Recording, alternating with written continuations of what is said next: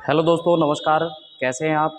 उम्मीद करता हूँ आप सभी स्वस्थ होंगे, बेहतर होंगे और आपके एग्ज़ाम की तैयारी बेहतरीन तरीके से चल रही होगी।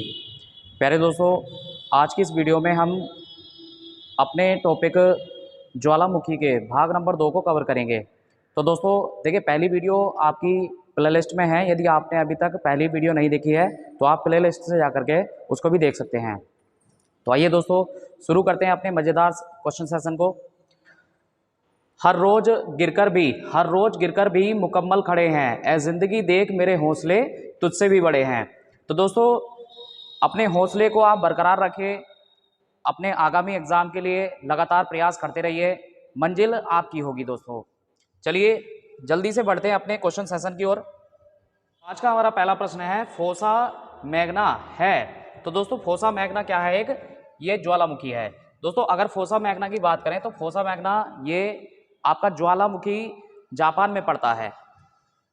इसके बाद दोस्तों हमारा नया प्रश्न है, एयरवज ज्वालामुखी कहाँ स्थित है? तो देखिए, एयरवज ज्वालामुखी जो है ये अंटार्कटिका में स्थित है। दोस्तों, अंटार्कटिका महाद्वीप का ये एकमात्र ज्वालामुखी है। तो काफ़ी इंपॉर्टेंट क्वेश्चन है ये। एयरवज के बारे में अक्सर पूछा जाता है कि अंटार्कटिका महाद्वीप का एकमात्र ज्वालामुखी कौन सा है, तो वो कौन सा है? वो है एयरवज। चलिए आप मुझे कमेंट करके बताइए दोस्तों, संसार का ऐसा कौन सा महाद्वीप है जहाँ पर एक भी ज्वालामुखी स्थित नहीं है? इसके बाद दोस्तों हमारा नया प्रश्न है, माउंट एटिना ज्वालामुखी किस द्वीप पर स्थित है?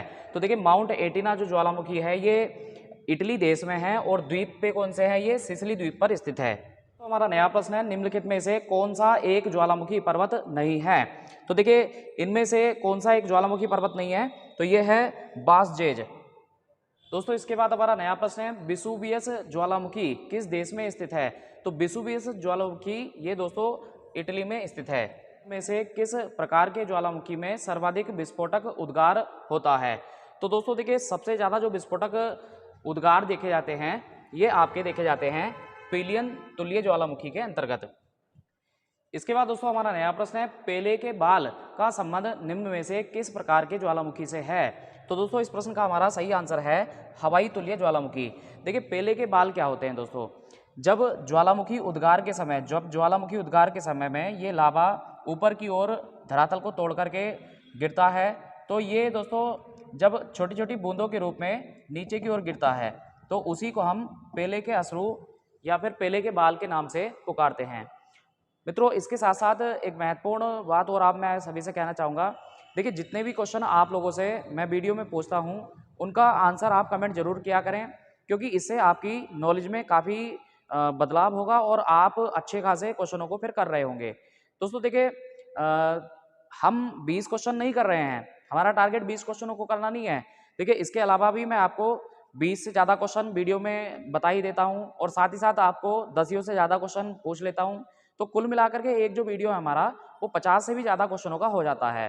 तो मैं आप सभी से यही कहना चाहूँगा, जो समझदार बच्चे हैं, जो एग्ज़ाम की हालत को समझते हैं, तो वो क्या करें, देखिए जो भी क्वेश्चन मैं आप लोगों से पूछता हूँ उसका हमें आप आंसर कमेंट जरूर किया करें, ताकि आपको भी एक अच्छी खासी नॉलेज होती चली जाए। क्योंकि दोस्तों देखिए, आप अगर किसी भी क्वेश्चन का जवाब देते हैं तो समझ के चलिए कि वो प्रश्न अगर आपकी परीक्षा में आता है तो आप कभी भी उस प्रश्न को गलत नहीं करोगे। इसके बाद दोस्तों हमारा नया प्रश्न है, निम्न में से किस प्रकार के ज्वालामुखी की आकृति गोभी के फूल जैसी होती है? तो देखिए, गोभी का फूल आप सभी ने देखा ही है। गोभी का फूल जो है, ठीक है, ये दोस्तों कुछ इस तरह की संरचना का होता है। अब गोभी के फूल जैसी जो आकृति है ये कौन से ज्वालामुखी की होती है दोस्तों? तो ये होती है बेलकेनियन तुल्य ज्वालामुखी की। इसके बाद हमारा नया प्रश्न है, निम्नलिखित में से किस प्रकार के ज्वालामुखी को पीलियन तुल्य ज्वालामुखी भी कहा जाता है?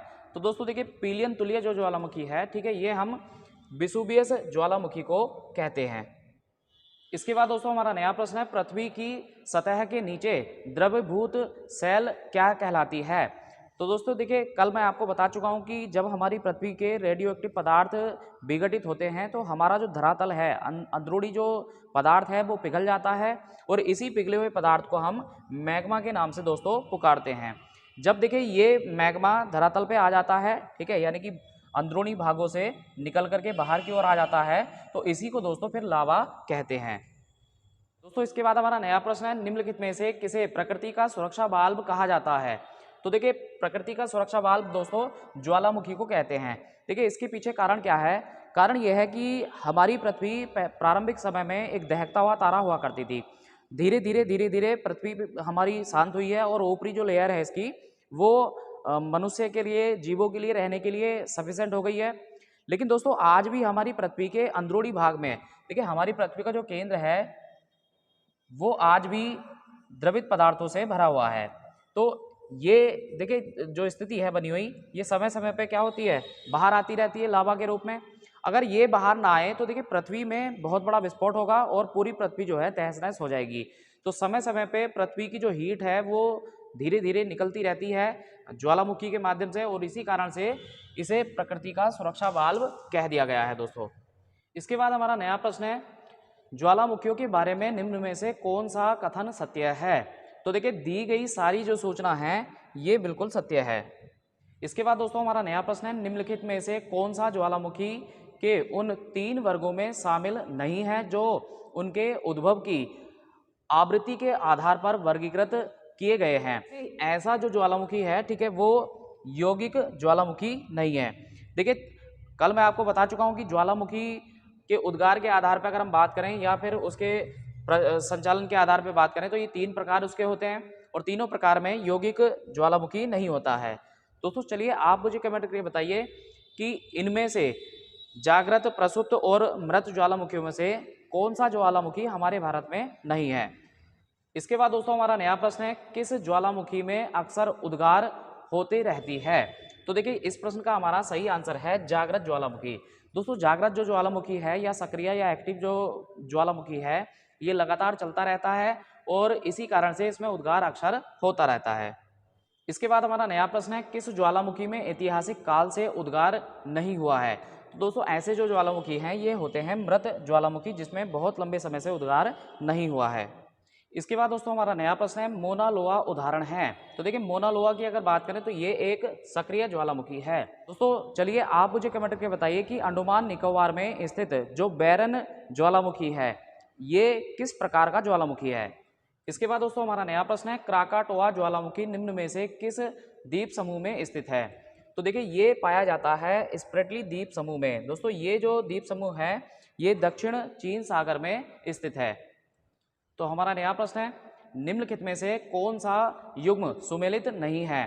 तो दोस्तों इस प्रश्न का हमारा सही आंसर है क्राकाटोआ। देखिए क्राकाटोआ की अगर बात करूं तो ये दक्षिणी चीन सागर में स्थित है जो कि पड़ता है इंडोनेशिया में दोस्तों, जबकि यहाँ पर दे रखा है क्या, मलेशिया। इसके बाद दोस्तों हमारा नया प्रश्न है, किलिमंजारो पर्वत निम्न में से किस महाद्वीप में स्थित है। तो दोस्तों किलिमंजारो जो है ये अफ्रीका महाद्वीप की सबसे ऊंची चोटी है। चलिए आप मुझे कमेंट करके बताइए दोस्तों, एशिया महाद्वीप, यूरोप महाद्वीप और ऑस्ट्रेलिया महाद्वीप की सबसे ऊंची चोटियों के क्या क्या नाम हैं। इसके बाद दोस्तों इस वीडियो में हमारा अंतिम प्रश्न है, एल मिस्टी ज्वालामुखी किस देश में है। तो दोस्तों ये ज्वालामुखी पाया जाता है पेरू में। दोस्तों ये वीडियो आपको कैसा लगा कमेंट करके जरूर बताएं। वीडियो को अंत तक देखने के लिए आप सभी का बहुत बहुत धन्यवाद।